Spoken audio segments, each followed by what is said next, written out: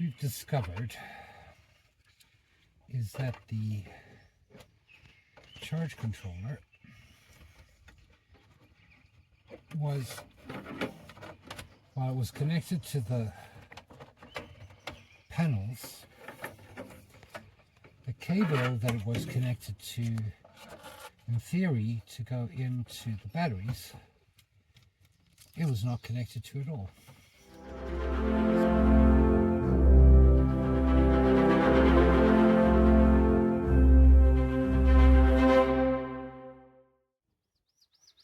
So one of the things about buying a used camper, and one of the things that we've learned really quickly, is that there's a lot to learn about owning a secondhand camper.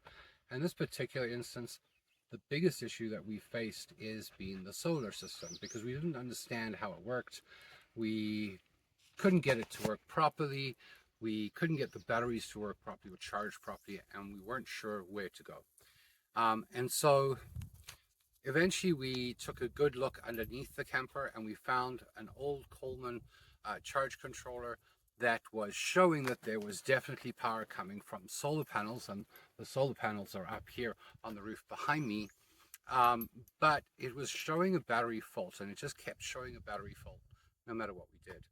And we installed the 3 lead acid batteries that the seller had given us with the camper.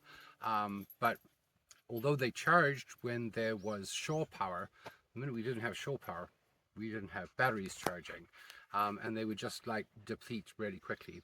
And that really quickly became faster and faster, and the batteries basically just ended up not working at all.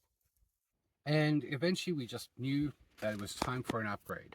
And that's when an incredible viewer, Rob from Vienna in Austria, was so generous and went onto our Amazon wish list and ordered us the Victron MPPT charge controller and 2 lithium-ion batteries, which we are incredibly blown away by the generosity of.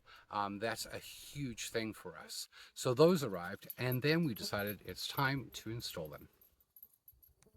What we had to do was to cover the solar panels, which are up on the roof here behind me. And the reason for that was there was no shuttle. There appeared to be, in all the tracing of the wires from the panels down to the charge controller, there appeared to be absolutely no break or no fuse and no switches. So we had no choice but to cover them. So we simply covered them with pieces of cardboard and a tarp. And we just covered them up to make sure that it dropped the charge and that there wasn't a ton of electricity running through those wires. Next, Sandy had to climb underneath here, because under this portion of the camper is where a box was, where the charge controller was, and he kindly untangled a bunch of the spaghetti of wires that was down there and discovered that it was all 3 solar panels coming in as separate wires into that junction box and connecting to the charge controller.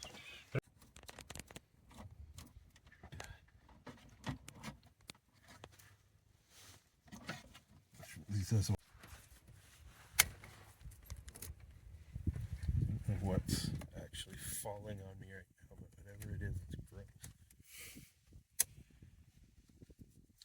Okay, it's connected still to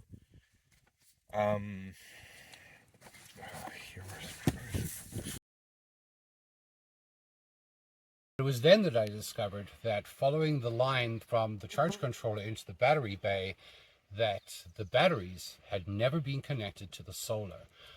The wire that came into the battery box was simply 2 wires that had been taped at the end and were not connected to anything.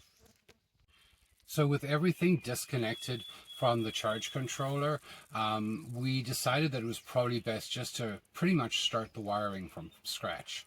So what I did was I connected all of the wires from the solar panels to themselves, so that there was 3 into 1, and then I actually used the old cable that was there and was going to nowhere to connect those to bring them into the battery bay, because I didn't want to leave the charge controller underneath where it was really, really difficult to access. I'm not going to bother to take this box off. I don't think we need it. Okay. But the problem is, you see where the wires go and where they don't go. So maybe what I should do is I should do it in here. It's the old one.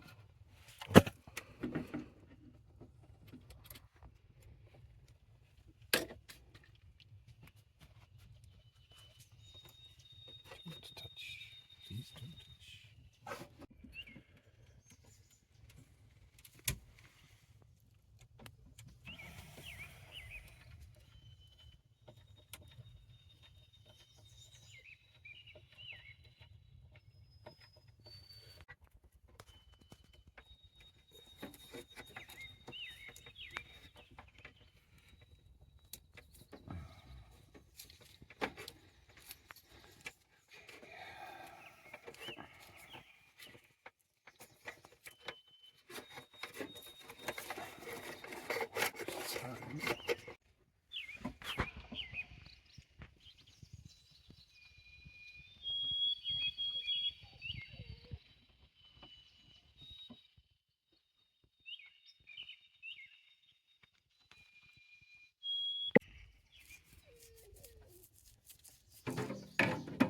What we've discovered is that the charge controller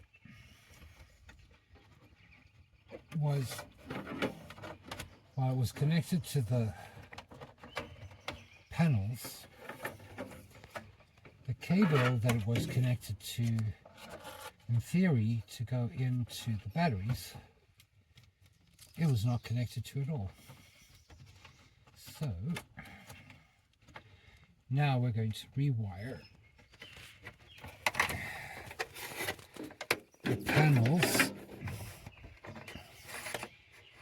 and move where the charge controller is, because this is really quite difficult to work with.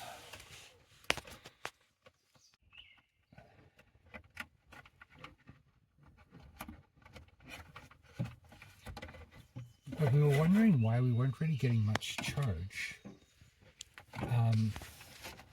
when the sun was out on the panels. We were only getting charge really when we connected to shore power or the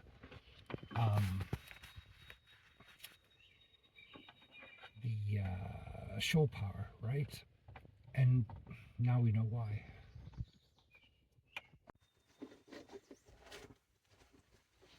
Where do you want me to put them for now? Just for now, just put them here. Where?